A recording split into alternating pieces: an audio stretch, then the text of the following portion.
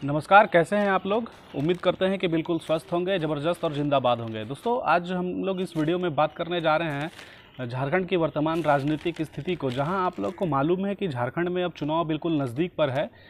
कई एक ज़िलों में तो चुनाव चिन्ह का आवंटन भी हो चुका है और 20 तारीख को, आगामी 20 तारीख को यहाँ पर और 25 को चुनाव भी होने वाला है। एक तरफ जहां आप लोग देख रहे हैं कि दोनों राष्ट्रीय पार्टियां, भारतीय जनता पार्टी कांग्रेस पर तंज कस रही है, तो वहीं कांग्रेस वाले भारतीय जनता पार्टी पर तंज कस रहे हैं। ऐसे स्थिति में जहां दोनों अपने अपने कामों की खूबियों का बखान कर रहे हैं, तो ऐसे में आज देखिए कि कांग्रेस जहां एक तरफ दावा कर रही है, तो ऐसा मतलब ये नहीं है कि मैं कांग्रेस की बात कर रहा हूं तो मैं भारतीय जनता पार्टी का समर्थन कर रहा हूं। लेकिन बात है कि इन सब बातों से हम लोग चर्चा से परहेज भी नहीं कर सकते हैं। बिल्कुल ऐसे बातों पर हम लोगों को आज मुखरता के साथ चर्चा करना बहुत ज़रूरी है कि आखिर कैसे इन लोगों का हौसला बढ़ता है और हम लोग से, यानी कि आम जनता से कैसे चूक हो जाती है। और देखिए ये लोग कैसे देश को बेच करके खोखला कर रहे हैं और आज इसी चीज़ के लिए लड़ाई चल रहा है। और कहीं ना कहीं आम जनता वोट के अधिकार से ही इन सब चीज़ों पर लगाम लगा सकती है। जी हाँ, आप लोग देख रहे हैं कि ये प्रभात खबर का अखबार है, जो कि झारखंड का एक विश्वसनीय अखबार माना जाता है।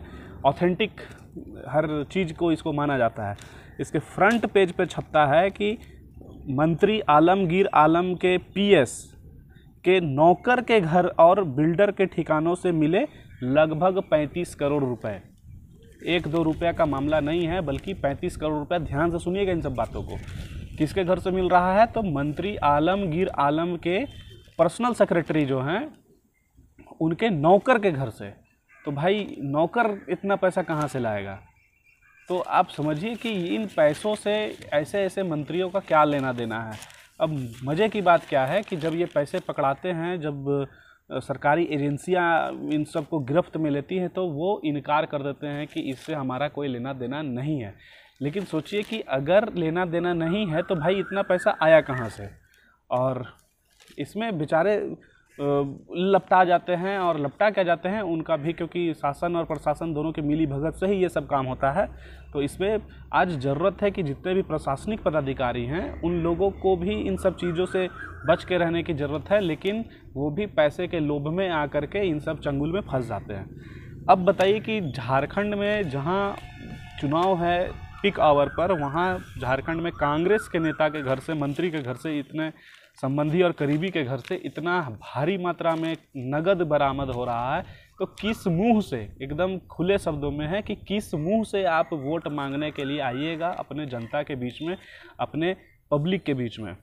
अगर जरा सा भी अगर आप लोगों के जहन में शर्म नाम की चीज़ होगी, तो मैं मानता हूं कि आप लोग आज से राजनीति से आप लोग संन्यास ले लीजिएगा। लेकिन मुंह उठा करके, जिसको कहते हैं कि मुंह उठा करके समाज में आ जाना और वोट मांगना और सिर्फ हवाबाजी करना, इसके अलावा कुछ नहीं है। लेकिन सिर्फ ऐसा नहीं है कि मैं कांग्रेस के नेता के कटाक्ष कर रहा हूं तो भारतीय जनता पार्टी के नेताओं का मैं पक्षधर हूं।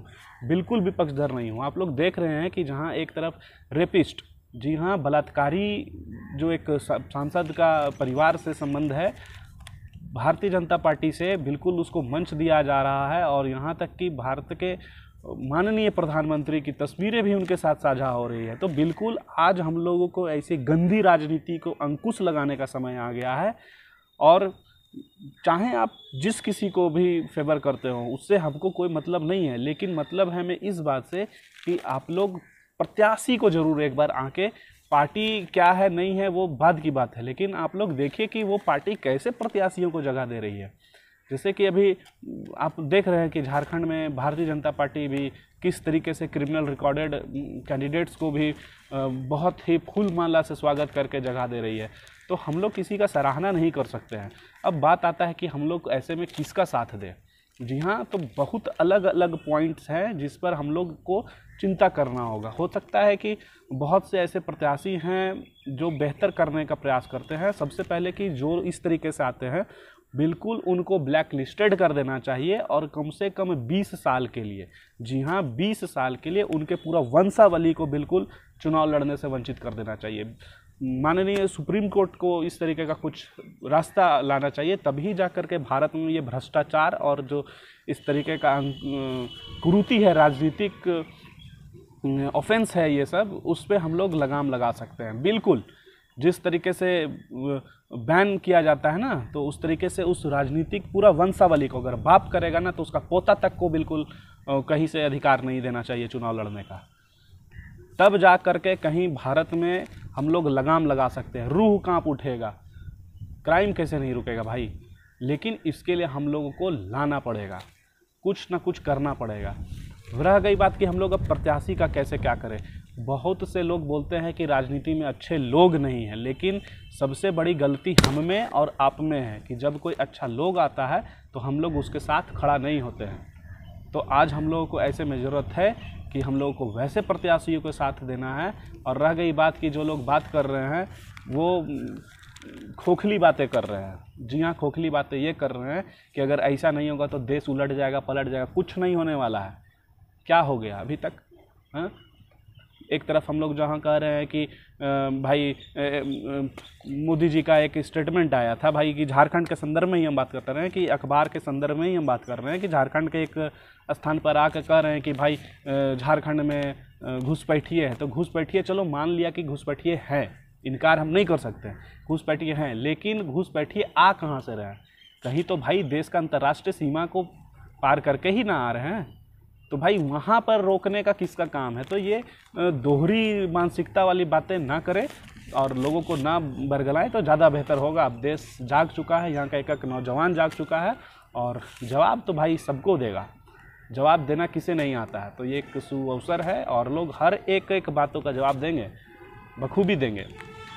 भाई अगर किसी भी राज्य में सीमावर्ती जितने भी राज्य हैं, अंतर्राष्ट्रीय सीमा से सटे हुए जितने भी राज्य हैं, आखिर वहाँ घुसपैठिए आ कहाँ से रहे? सीमा से आ रहे हैं। तो भाई सीमा पर किसकी एजेंसी है?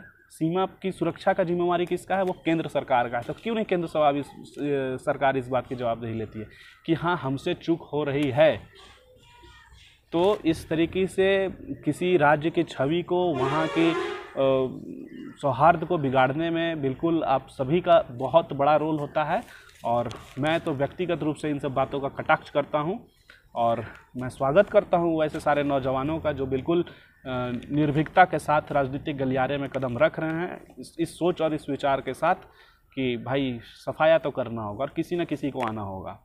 तो मेरी ओर से जितने भी नवयुवक आ रहे हैं, मैं बिल्कुल व्यक्तिगत रूप से उनका समर्थन करता हूं और आशा करता हूं कि आप लोग इस सब बातों पर बिल्कुल एक बार मंथन कीजिएगा। और अगर राष्ट्रीय पार्टियों में इतनी ही औकात है तो बिल्कुल फ्रेश कैंडिडेट्स को आप लोग टिकट दें और उन्हें मैदान पर लाएं। अगर आपको इतना ही विश्वास है कि अगर भारतीय जनता पार्टी के नाम से कोई भी प्रत्याशी जीत जाएगा, आपकी नींव इतनी मजबूत है उस क्षेत्र में, तो बिल्कुल एक सामान्य से किसी से साधारण से घर के लड़के को आप उस चुनाव में मैदान में उतारिए प्रत्याशी के रूप में।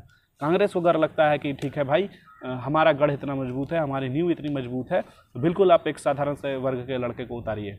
कोई चाहे वो कोई भी प्रत्याशी हो, महिला हो, पुरुष हो, कोई मैटर नहीं करता है। लेकिन करोड़ों में, अरबों में और इन सब बातों से डील करके जो प्रत्याशी लोग टिकट ले लेते हैं, आप लोग आंक सकते हैं। हजारीबाग लोकसभा का आप देखिए कि उनकी वार्षिक इनकम कितनी है। तो भाई वैसे वैसे कारोबारी लोग जब आएंगे सिस्टम में तो जाहिर सी बात है किसी का कुछ भला नहीं होने वाला है।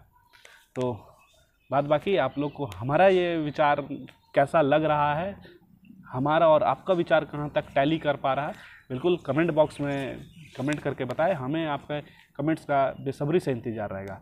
हमारे साथ बने रहने के लिए बहुत बहुत धन्यवाद। जय हिंद, वंदे मातरम।